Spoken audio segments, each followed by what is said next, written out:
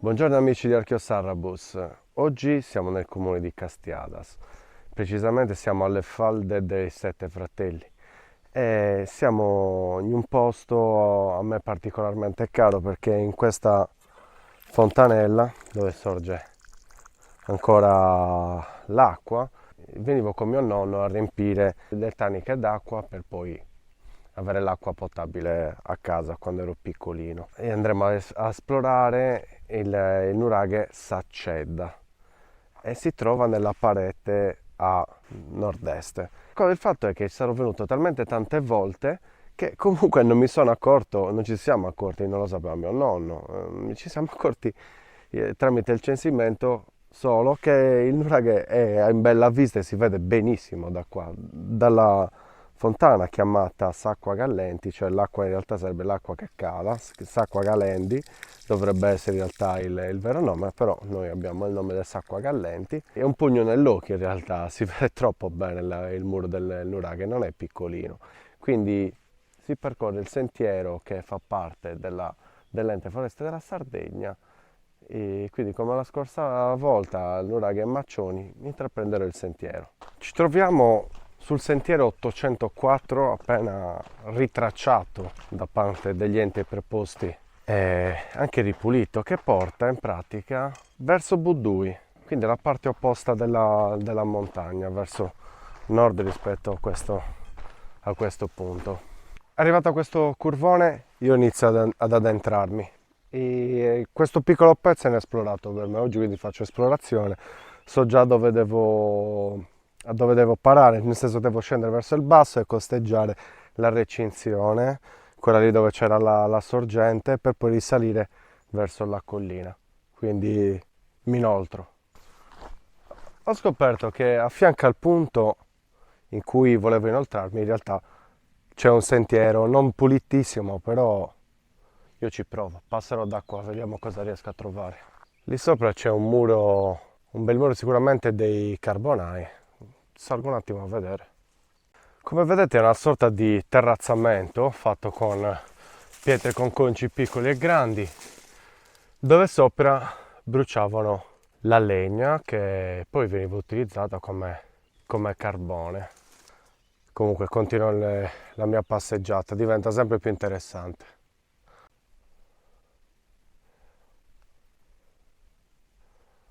Sto passando adesso in quello che è l'alveo del fiumiciattolo, quello che scende Sarriu, che scende dall'alto verso il basso e vedete cosa ha creato l'acqua. Spaccature di rocce, delle sorte di zone dove qua sicuramente si accumula anche l'acqua e qua sicuramente si creerà una sorta di grotticella tra qualche milione di anni, a meno che non venga distrutto tutto. E sto continuando qua per tornare verso il basso, si vede il nuraghe alla mia sinistra, quindi verso il nord. Qua quando c'è il passaggio dell'acqua deve essere fantastico, delle sorte di cascatelle. Bisogna ritornare in autunno o in primavera, sperando piova. Bellissime queste rocce. La domanda è perché non passare nella strada conosciuta? Per colpa di questa voglia di esplorazione. Però la strada qua non è semplice, devo scavalcare i rovi e il fiume sperando di trovare un varco. A tra poco. L'attraversamento del fiume è stato arduo, c'è tanta roccia, ci sono tante cascatelle, per cui bisogna cercare un punto bello su cui passare. Non c'è grande appiglio, devo passare più in alto. È meglio che lasci per un attimo la telecamera.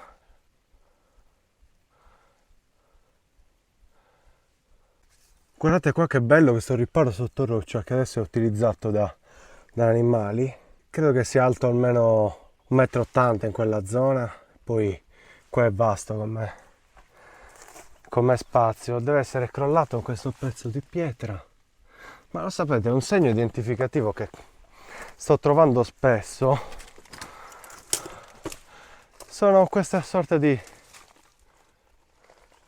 di fori nella roccia a copelle e subito sotto mi ritrovo il riparo.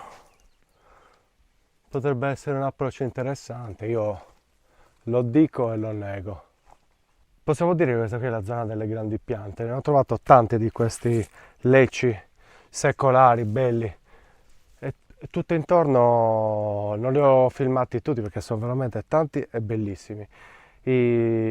Non so che fare, io continuo a costeggiare adesso nella parte alta del pianoro che dovrebbe girare poi verso di nuovo verso est, ma oggi è esplorativo come al solito. Ed eccolo qui Nuraghe Saccedda. Quindi io sto andando da questa parte per poi rigirare buff e andare verso quella.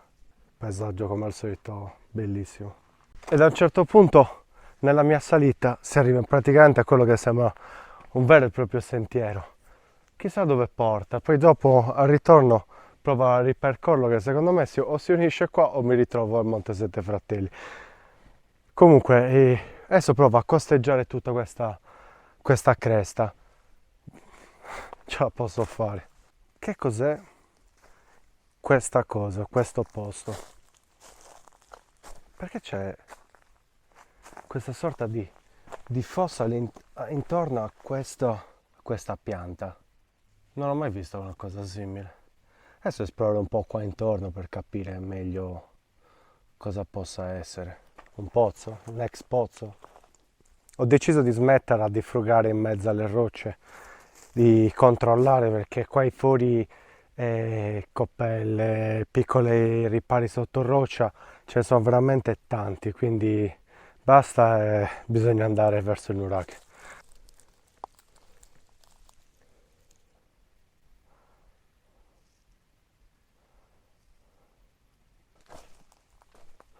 La parte alta della cresta è gradevole dal punto di vista del camminamento, è una vegetazione alta, rada, ripulita direi, con un po' di pietre qua e là. Deve essere sulla buona strada. Ancora segni del passaggio del Carbonai. Guardate cosa ho trovato qui, ho trovato una traccia di abitazione rettangolare. Probabilmente poteva essere stata fatta dai Carbonai, magari avevano un riparo qua per le giornate dove dovevano restare qui a lavorare. E finalmente ho trovato un punto panoramico, vedete, da lì sono partito e adesso devo arrivare, credo lì.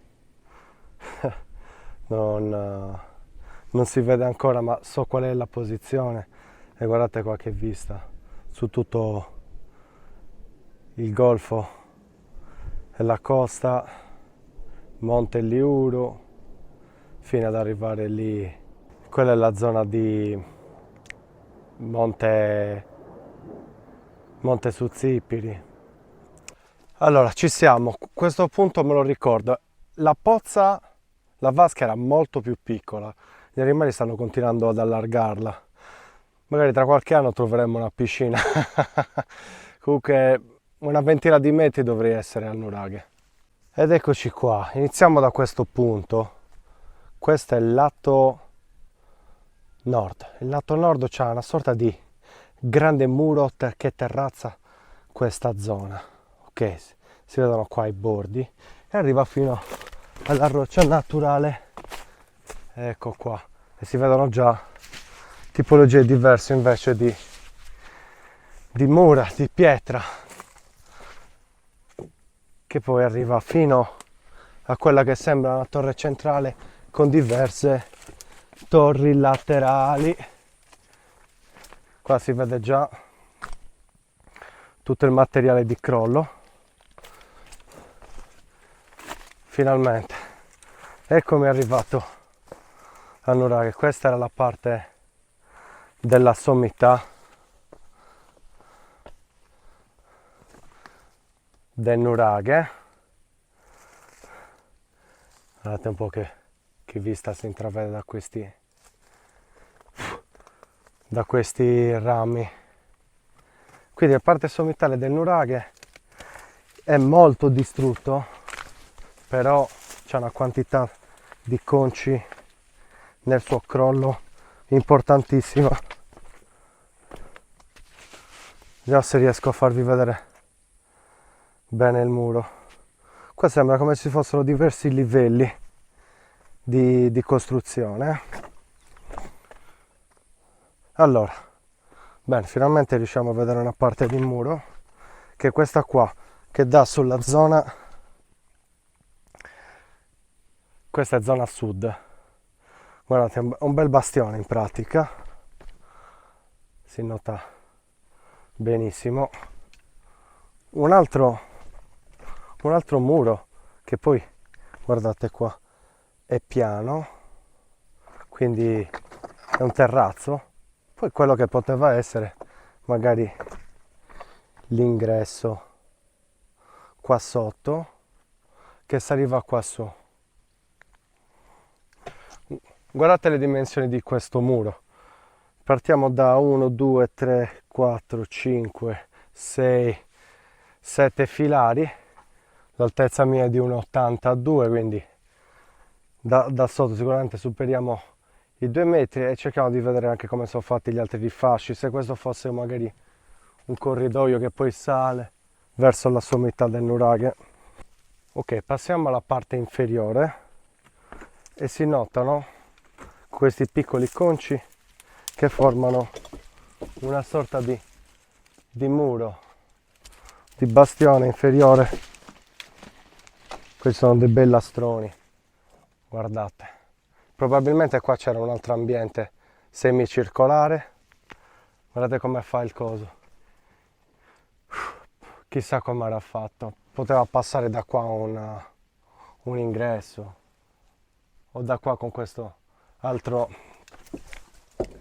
muro che chiudeva la zona perimetrale del nuraghe. Io forse adesso sto passando al di sopra del quello che poteva essere un ingresso. Ed ecco l'altro livello murario, qua che si interseca poi nel bastione principale, forse era un tutt'uno, e poi su quella che era una torre non circolare ma una sorta di corridoio. Possiamo vedere nella zona nord come il nuraghe si accostava alla cresta che affiorava del granito. E guardate qua, guardate in questo intermezzo tra una roccia e l'altra, un muro che lo chiudeva.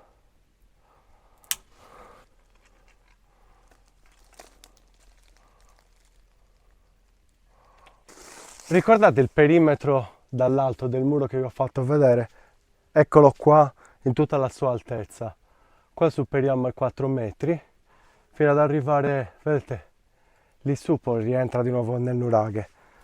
Guardate come hanno tappato questo costone roccioso e ne hanno fatto un artificiale in pratica, per fare in modo che ci sia una sorta di pianura al di sopra della struttura. Adesso mi riposo e faccio fare il giro al drone.